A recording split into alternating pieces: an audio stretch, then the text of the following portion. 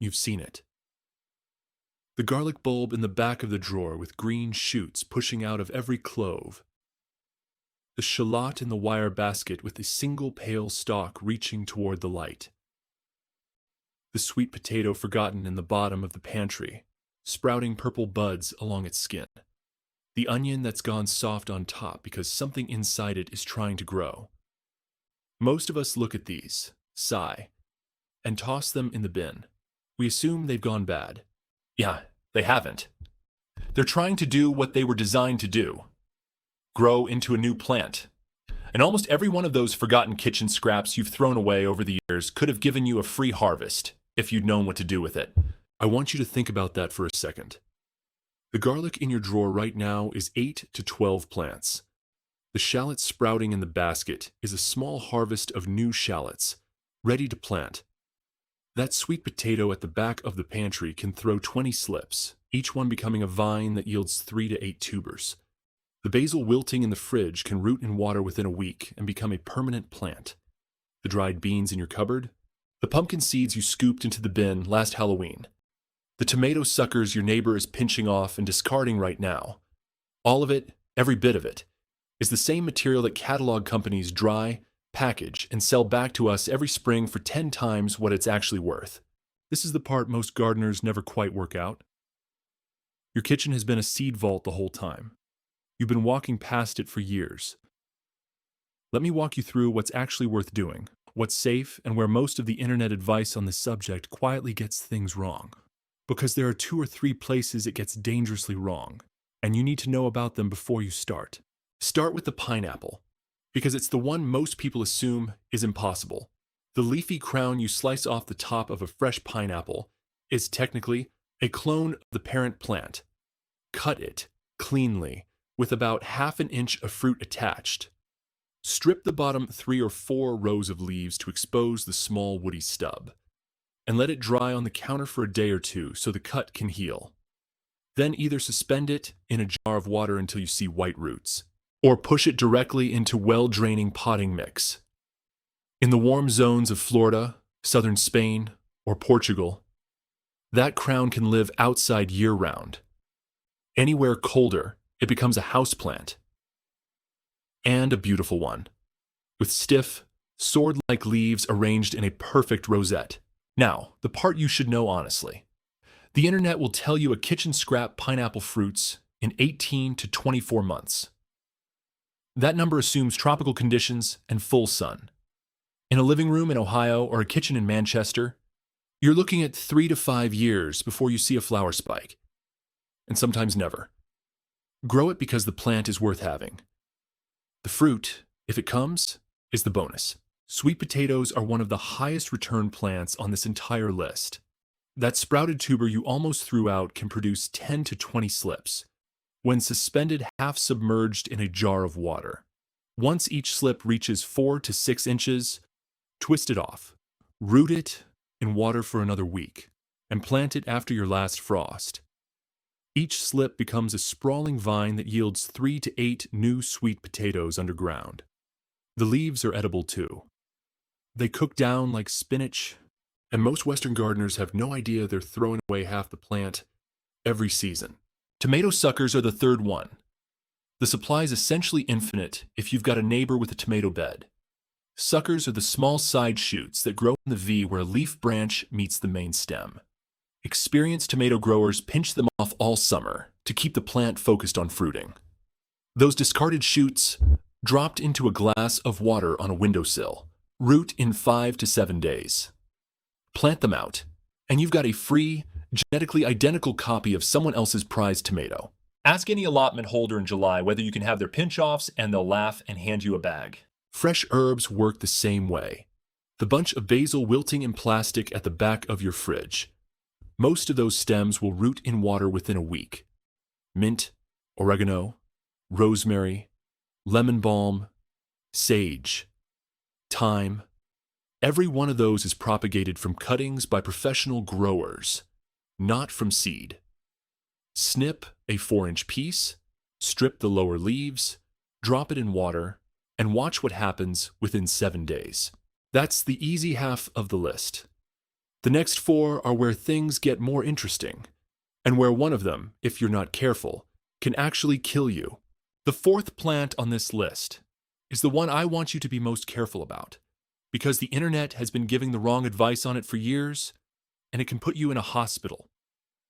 Or worse, you'll see videos telling you to walk along country lanes in late summer, find the tall white umbrella-shaped flowers blooming in the hedgerows, and harvest the seeds.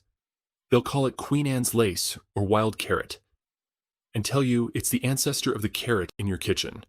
That part is true. The seeds, in theory, can be grown into edible roots, but there are at least 3 other plants in North America and Europe that look almost identical to wild carrot. Poison hemlock, the same plant that killed Socrates, has the same flat-topped white umbrella flower, grows in the same ditches, and can be lethal in small amounts if any part of it ends up in your kitchen. Water hemlock, which the USDA has called the most violently toxic plant in North America, is found in damp ground across most of the continent. Giant hogweed, common across the UK, Germany, and the eastern United States, can cause severe burns just from brushing against it on a sunny day. Every one of these has the white umbrella flower. Every one of them grows roadside. I'm not going to walk you through how to tell them apart in this video. The margin for error is too small, and the consequence is too serious. If you want carrot seeds for free, do it the safe way. Plant a few carrots this spring, leave 2 or 3 of them in the ground at the end of the season, and let them flower in their second year. They'll produce the same umbrella heads and the same seeds. Those seeds came from the carrot you knew. No identification skills required. No risk. Garlic is where things get easier and the rewards get bigger. Walk into any supermarket, pick up a bulb of garlic, and you've just bought 8 to 12 plants for the price of one. Break the bulb apart, plant each clove-pointed end up about 2 inches deep in autumn, and by midsummer you'll harvest 8 to 12 new full-size bulbs. The math compounds fast. 1 bulb from the supermarket becomes 10 the next year, becomes 100 the year after that. Within 2 seasons, most households have all the garlic they need without ever buying from the store again. One word of caution: some imported garlic, particularly the very white, perfectly clean bulbs from large-scale industrial sources, has been treated with sprout inhibitors or has traveled through irradiation in transit. These don't always grow well. If your supermarket garlic is sprouting on its own in the drawer, it's perfectly fine to plant. If it isn't sprouting after weeks of warmth, it might be treated. Look for organic, locally grown, or hardneck varieties from a farmer's market. Those plant beautifully every time, and you can pick varieties you'll never see in a shop, from sweet softnecks to heirloom hardnecks with a flavor that supermarket garlic doesn't come close to. Now to the cupboard. The bag of dried beans on your shelf. Pinto, black, kidney, cannellini, navy, whatever it is, biologically speaking, a bag of seeds. Each one of those beans is the same dried, dormant embryo that a seed company would package, label, and sell you for 10 times the price. Soak them overnight before planting because they've been sitting in storage for months, and they need to rehydrate before they'll wake up. Plant them after your last frost in well-warmed soil. Sow about 30% more than you think you need, because germination rates from supermarket beans are unpredictable. You don't know how old they are. You don't know how they were dried. The ones that grow will produce dozens of pods each. And inside every pod are 5 to 10 more beans. A $2 bag, planted out, will yield enough beans to fill jars for the winter pantry. Lentils are trickier. They need a cool, dry climate and a long, even growing season. So they suit the northern plains and parts of Central and Northern Europe better than warm summer regions. Chickpeas need 90 to 100 days of warm weather and don't fruit well in short, cool seasons. Knowing your climate matters, but the everyday beans, the pintos, the blacks, the kidneys, grow almost anywhere with reasonable summer warmth. There's one more cupboard crop worth mentioning before we move on. Dried peas, the kind sold for soup. Soak them. Plant them in early spring, and you'll get pea plants that produce edible green pods exactly the same way garden peas do. Most people have no idea the soup pea on the shelf and the garden pea in the seed catalog are, in many cases, the same species, just sold for completely different prices. The next one is what most people would call a quick result crop. Almost everyone has tried it, but almost everyone stops one step too early. Green onions are the crop most people start with, because the trick is famous and it works. You buy a bunch with the white roots intact. Use the green tops for cooking, and stick the white ends in a glass of water on the kitchen windowsill. Within 3 days, new green growth pushes up. Within a week, you can harvest again. You can do this 3 or 4 times before the plant exhausts itself, and that part of the story is well known. What almost nobody does is the next step. Once your water-grown green onions are starting to weaken, plant them in soil, outside in the garden, or in a deep pot on the patio. Stop cutting them and let them grow. They'll send up flower stalks in early summer, topped with round, papery seed heads full of small black seeds. Let those seed heads mature on the plant until they crack open on their own. Then collect the seeds or let them scatter where they fall. The next spring, volunteer green onions will come up across the bed, and from then on, you'll never need to buy a bunch again.